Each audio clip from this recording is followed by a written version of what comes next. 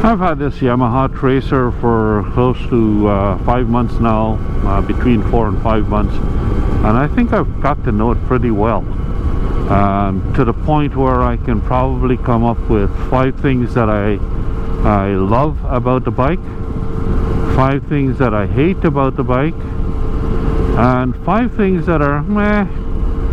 I could take it or leave it. It would be nice if it were improved, but I can live with it.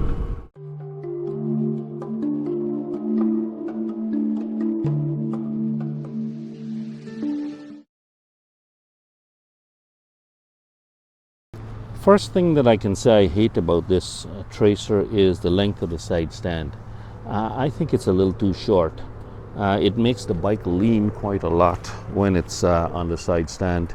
The fact that it has a center stand as well is great, but the side stand's a little short. And I know this ground is a little bit sloped right now, but you can see the lean angle right there. It's leaned over quite a bit, and to me, yes, it's probably a little bit more stable, but I don't think it needs to be all that leaned over. It makes it harder when you've got the panniers on the bike, and for example, you've got panniers on this side here, and you're trying to load the panniers. You got to load it uphill. Of course, loading the panniers on the right hand side is not so bad because you're loading downhill, but yeah, the lean of the side stand is one of the things that I kind of don't really care for. Not only does the bike lean a lot when it's on the side stand, but when the side stand is flipped up, this part here is between right in there. So you've got to reach the heel of your boot between this peg and that to get to the little sticking out bit to enable you to push the side stand down. And that's a little bit of a pain in the butt. So what I've done is I've extended that a little bit by just putting a little piece of radiator hose, pushing that on there, extending it, and it works beautifully. So that's a fix, but really where that is located I think is pretty bad. Another thing that I hate about this bike, and this is really a big pet peeve, is the location of the ignition switch. To get your hand in there, and I've got size maybe 8.5 inch circumference hands, so it's not the biggest hands in the world, but you've got to reach right down in here to get the key in to the ignition. And when you've got gloves on, it's even harder. I could put my gloves on, but I think that you can tell from this that it's pretty darn tight. That's a real big irritation for me. The location here is poor. It's way down, and that's probably because this Tracer is made from the MT09 FJ09, which didn't have these risers here. This bike has got pretty big risers, as you can see, handlebar risers, and as a result it lifts the handlebar up and effectively pushes the location of the ignition way down there. So that's terrible. The good news is on the 2021 version of this bike, it has been located to here, this area here, so it's much better located now. But on the 2019 Tracer 900 GT, that's a design flaw. Another thing that I hate about this bike, about the Tracer 900 GT, and is the seat slope. Look at that. That's a good side shot of the seat slope. You can see the seat is very curved like that. I guess this part here is for people who are shorter, and it allows them to reach the ground a little bit better. But what happens with, I'm just 5'8", so I'm not all that tall. I can reach the ground when sitting in this spot here. But when riding, you kind of want to go up here, and you tend to roll down, downhill towards this location. I've installed a seat slope modification that effectively raises the front of this a little bit, and that helps quite a lot actually, and it's an improvement. But still, I do not like a curved seat, so this seat is pretty curved and is not as flat as what I'm accustomed to, and that's one of the things I hate about this bike. The bad news is the 2021 seat, I believe, is even more curved, and that would really give me good pause on buying that bike. They need to flatten out those seats a bit better. My wife tells me the pillion seat is fantastic. Well, she didn't say fantastic, but it's pretty darn good. So she likes the pillion seat, and I think it's a good seat. But that seat there, don't like it. The next thing that I hate about this Tracer has to do with the fuel gauge. So let's turn on the ignition and show you what I'm talking about. Right now you can see the fuel gauge is showing pretty full.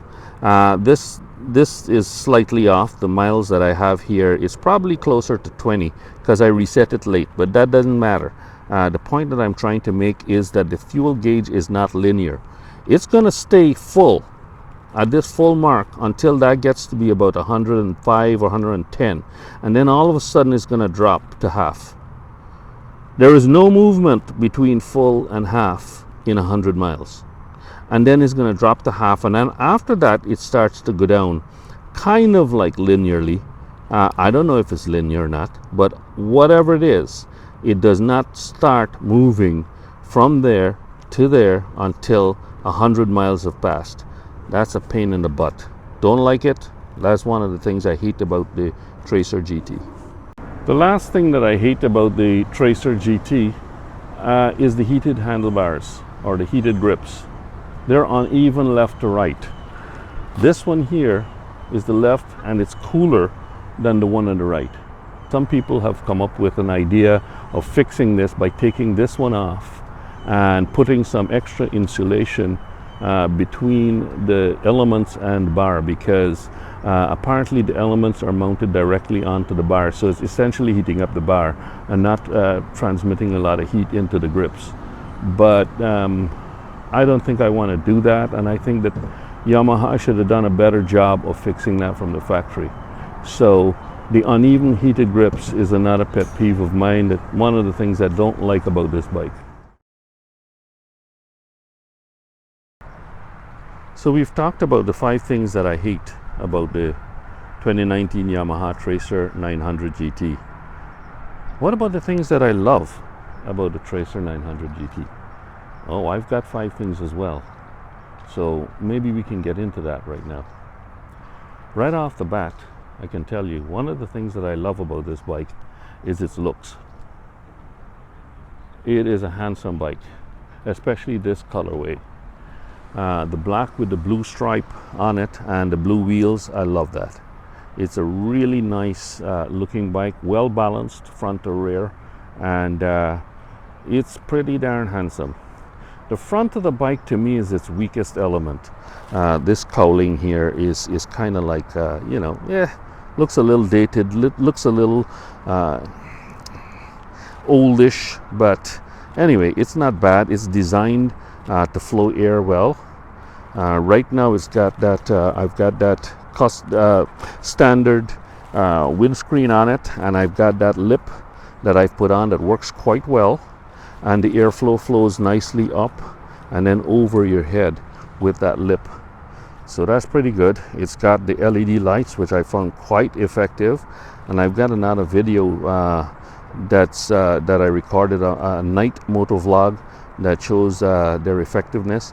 And later on I'm going to put some driving lights right around here, some Denali driving lights there, so that's going to improve the conspicuity as well as the nighttime vision quite a lot. But the looks of the bike I like. It's one of the things I love about the 2019 Yamaha Tracer 900 GT. It's a pretty handsome looking bike.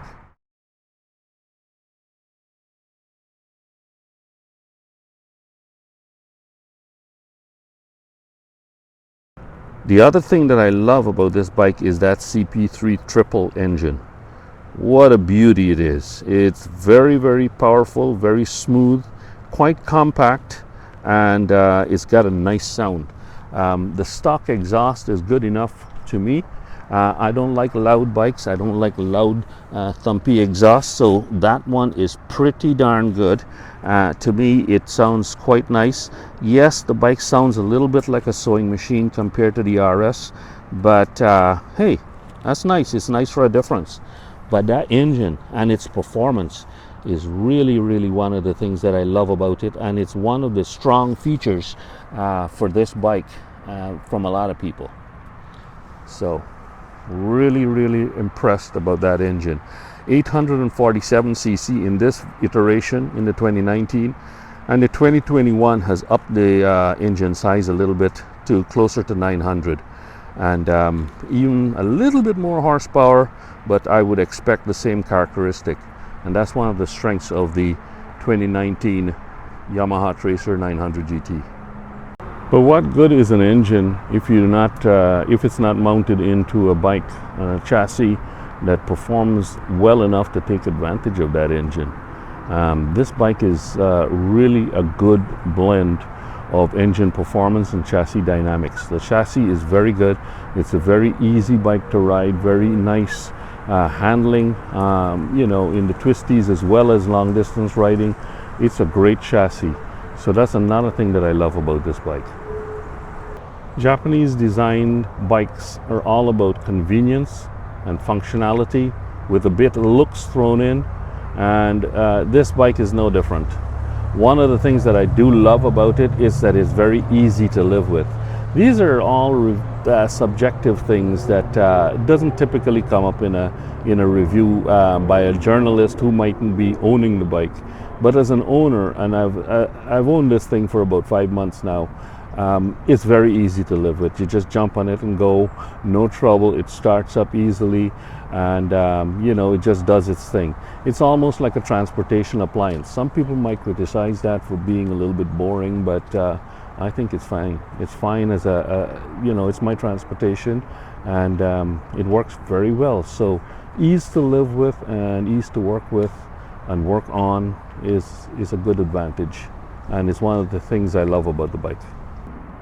The next thing that I love about this bike is the design features, and that's kind of related to the last point that I raised about it being an easy bike to live with. You just turn the key here, for example, and you can release the rear seat and remove, and you find that there's quite a bit of space underneath here for stuff. It's not tight. There is a little bit of space here, there is space here, and if you move this, remove the rider's seat, and there's some space in here to install some additional accessories if you need it. Everything is well labeled. The fuses are right here. Everything is well labeled and nicely put together. This bike does come with 2 heights for the seat. You can adjust the seat into 2 heights. I've got it right now adjusted in the lower seat position. You can see here is high and low, and that's where the back of the rider's seat goes into these slots for high and this slot for low. And there's another cubby here underneath here for some storage. So lots of storage underneath here, and it's finished quite nicely underneath as well. If you look underneath the fender, you can see it's finished off quite nicely. It's a clean finish right there, so it doesn't look ugly, and it keeps the water out. So that's one of the things that I do like. And another thing that I like is that a lot of the trim pieces are put on with these pop rivets. You just push this center here down, and then you can pull the rivet out, and you can get a lot of the parts off. This here this is probably one of the irritating things, but I didn't put it on the things that I hate because I understand why it's there. It's a safety feature. But right in here is a little lever that you have to move to the side like that to release the front seat, and this bung goes right here. So I guess it stops somebody from inadvertently pushing their finger, or maybe something that you've got stored here, pushing and jamming that lever across there, and the seat coming off, and I guess you flying off the seat. But this here is a useless safety feature as far as I'm concerned, but it's there just to irritate you enough every single time hey, let it be there. But another thing that I do like about this is, like, for example, when you're taking the trim pieces off, like these screws here are quarter turn screws, so they mightn't be pop rivets, but you just put in your screwdriver, you turn it quarter turn, and it comes right out. So you can take a lot of these panels off real quick, really easily. Like this panel here, again, you've got those pop rivets right here. No screws, and they work. They hold the thing on pretty darn good, and it doesn't rattle or anything like that. It just works. So very convenient to have pop rivets and quarter turn screws. And these are one of the things that I do like about the design of this bike. Everything is well put together, thoughtfully put together. There are clips everywhere, brackets everywhere for stuff. You know, it's just well designed and well built. So those are the 5 things that I love about this Tracer. Now let's talk about the things that are meh, not so hot for me. And I've got 5 of those. So let's get right into it. Rear brakes. The rear brakes on this bike are, to me, quite lacking. They're a single pot caliper at the back there, and they work. They slow the bike down. There's no bite. There's a spongy feel to the pedal, and the reach of the pedal is pretty poor. It's located inboard quite a bit, and it's kind of low down. So what I had to do was install this add-on piece, pedal enlarger, and that made all the difference in the world. So this is something that, I don't say it's something that I hate, but it's one of the things that I'm not too impressed with. But because of this, I've managed to correct it. This stock windshield is meh. It's not bad, not by a long shot. It's not great. I love a little small sport bike type windshield, which I do have, and I do like that one. It works real good. This one is supposed to be a sport tourer, so when you've got that stock windshield on there, ignoring the lip, when you've got that stock windshield on there, it looks kind of darky, but I've seen worse. I've seen even bigger windscreens on the thing, and I think that having the windscreen there plus the lip that fixes the problem for me makes it one of those things that are meh. It's not, I can't say I hate it. It does work. It works quite well, but I don't love it. Another thing that I find is meh, they could have improved it, is this flash to pass switch. This is how you flash to pass. Most automotive bikes that I've come across have this trigger here as the low beam, high beam flash to pass. As a matter of fact, my BMW, you push it forward to get the high beam, and you just do that to flash to pass. But this here is the mode switch. So if you're not accustomed to that, when you think you're flashing to pass, like by doing that, you're changing the modes, and one of them is pretty aggressive. So, you know, you could get a surprise the next time you twist the throttle after clicking this. So I don't like how they've swapped the functionality. I would have much preferred put a mode switch here, which you press occasionally, and keeping the light here. I think that that's a pretty poor design choice. There's no need for this to be like this here. Okay, pretty poor. So it's close to being something that I hate about the bike.